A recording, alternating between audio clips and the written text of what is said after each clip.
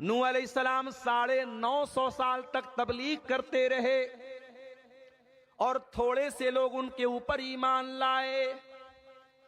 اللہ نے حکم دیا کہ اے نوح اب بس بہت ہو گیا، وَاصْنَعِ الْفُلْكَ بِأَعْيُنِنَا، اے نوح علیہ السلام ہمارے حکم سے کشتی بناؤ۔ نوح علیہ السلام نے پوچھا نہیں اے اللہ کشتی کیوں بناؤ، پانی تو نہیں ہے یہاں پہ۔ حضرت نوح علیہ السلام گنگا کے کنارے تھوڑی رہتے تھے، ان کو لال بتھانی سے منیہاری ہم کو جانا ہو تو ہمیں کشتی کا سہارا لینا پڑتا ہے، بیچ میں ندی ہے، وہاں تو دور دور تک ندی نہیں تھی۔ نوح علیہ السلام نے اللہ نے حکم دیا کشتی بناؤ، نوح علیہ السلام نے لاجک نہیں پوچھی۔ آج ہمارا نوجوان ہر چیز کی لاجک پوچھتا ہے۔ مولوی صاحب ایک عورت کا میرے پاس میسج آیا، مولوی صاحب یہ بتائیے کہ شوہر کے مرنے کے بعد بیوی کو 4 مہینہ 10 دن کی عدت کیوں گزارنی پڑتی ہے؟ میں نے کہا کہ میری بہن، بیوی کو اپنے شوہر کے احترام میں، میاں بیوی کا رشتہ احترام کا رشتہ ہے، بیوی اپنے شوہر کی عزت کرتی ہے، احترام کرتی ہے، سمان کرتی ہے، رسپیکٹ کرتی ہے، تو اللہ تعالیٰ نے حکم دیا ہے کہ شوہر مر جائے تو بیوی 4 مہینہ 10 دن تک عدت گزارے۔ اور پھر میں نے اس بہن کو یہ بھی نصیحت کی کہ ہر چیز کی لاجک مت تلاش کیا کرو، شریعت میں آپ کو بہت ساری ایسی چیزیں ملیں گی، کوئی لاجک نہیں ہے، کوئی لاجک نہیں۔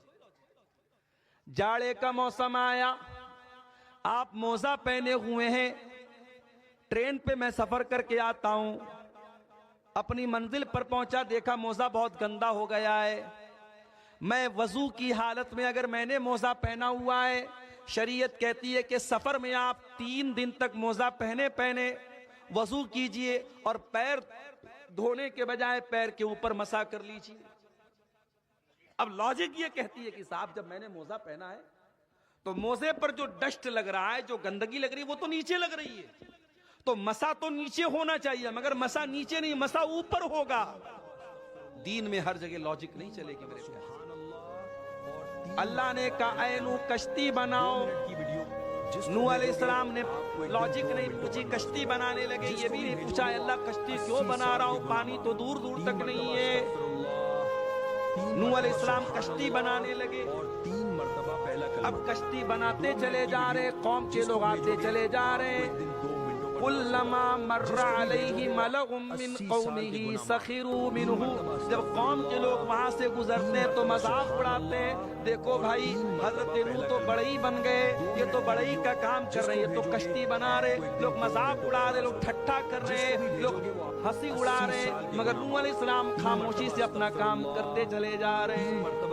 سبق یہ دے رہے ہیں اے سچائی کے راستے پہ چلنے والے، اے دین کے راستے پہ چلنے والے، دنیا تیرا مذاق اڑائے گی تو پرواہ مت کرنا، اے نقاب پہننے والی خاتون تو نقاب پہن کے نکلے گی، کوئی نعرہ بھی لگائے گا اپنے مذہب کا تو خاموشی سے آگے بڑھ جانا، اے داڑھی رکھنے والے نوجوان تیری داڑھی کا مذاق بھی اڑایا جائے گا، تو اپنی داڑھی پر کبھی شرمانے کی کوشش مت کرنا، کہیں لوگوں کے ہنسی مذاق کو سن کر کے اپنی داڑھی کو صاف مت کر دینا، کہیں لوگوں کے ہنسی مذاق کو سن کر کے اپنے نقاب سے اے مسلمان عورت تو سمجھوتا مت کر لینا۔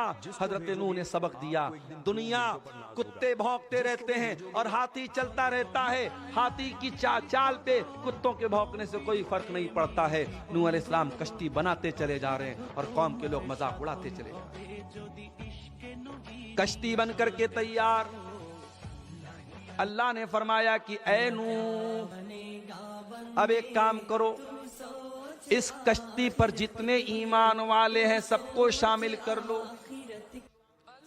اور تمہارے جتنے پریوار کے لوگ ہیں ان کو بھی کشتی پر بٹھا لو، وَمِنْ كُلٍّ زَوْجَيْنِ اثْنَيْنِ، اور ہر جاندار ہر جانور کا جوڑا بھی اپنی کشتی میں رکھ لو، جو بھی جاندار تمہارے سامنے موجود۔ نوح علیہ السلام نے جتنے ایمان والے تھے، مٹھی بھر تھوڑے سے ایمان والے تھے، سب کو اپنی کشتی میں سوار کر لیا، ان کا پریوار بھی کشتی میں آ گیا، ان کی ایک بیوی ان کے اوپر ایمان نہیں لائی، وہ کشتی پہ نہیں چڑھی، اور ان کا ایک بیٹا ایمان نہیں لایا، وہ کشتی پہ نہیں چڑھا۔ بیٹے کا نام کنعان تھا، علماء نے بیان کیا ہے واللہ اعلم، اس کا نام کنعان تھا۔ کنعان نام کا لڑکا بیٹھا نہیں کشتی کے سوار۔ جب کشتی کے چلنے کا ٹائم آیا، اللہ نے زمین کو حکم دیا، زمین سے پانی نکلنے لگا، پوری زمین پانی سے بھر گئی، ہر طرف پانی ہی پانی نظر آنے لگا۔ اگر آپ کو نوح علیہ السلام کے طوفان کا اندازہ لگانا ہے تو یوٹیوب پہ جا کے دیکھنا، جب سونامی آئی تھی تب کیا حال تھا۔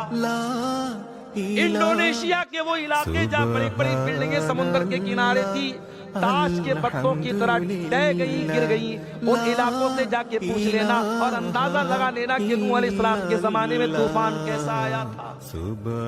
آج بھی طوفان آتا ہے تو انسان کی کوئی بنائی نہیں بنتی، انسان کی کوئی طاقت کام نہیں۔ ارے طوفان تو بہت بڑی بات ہے، اتنی ترقی کر گیا ہمارا دیش بھارت، آج بھی بہار کے کچھ علاقوں میں جب سیلاب آتا ہے، جب باڑھ آتی ہے تو نتیش کمار جی بھی کچھ نہیں کر پاتے، کٹیہار کے کئی گاؤں ڈوب جاتے ہیں، پوری بستی ڈوب جاتی ہے، گاؤں کے لوگ جتنے دن سیلاب آتا ہے اپنا گاؤں چھوڑ کے کہیں اور چلے جاتے ہیں۔ اس سیلاب کا، اس باڑھ کا بھی ہمارے پاس کوئی سولوشن نہیں۔ انسان اللہ تبارک و تعالیٰ کی قدرت کے آگے اتنا مجبور ہے۔ انسان کہتا ہے I am so powerful، میں بہت شکتی شالی ہوں۔ ارے تو کیا شکتی شالی ہے؟ تیری اوقات نہیں ہے، کتنی بیماریاں ہیں، تیرے پاس کوئی علاج نہیں۔ اتنی میڈیکل سائنس ترقی کر گئی، کینسر کا ابھی تک کوئی کامیاب علاج نہیں تلاش کیا۔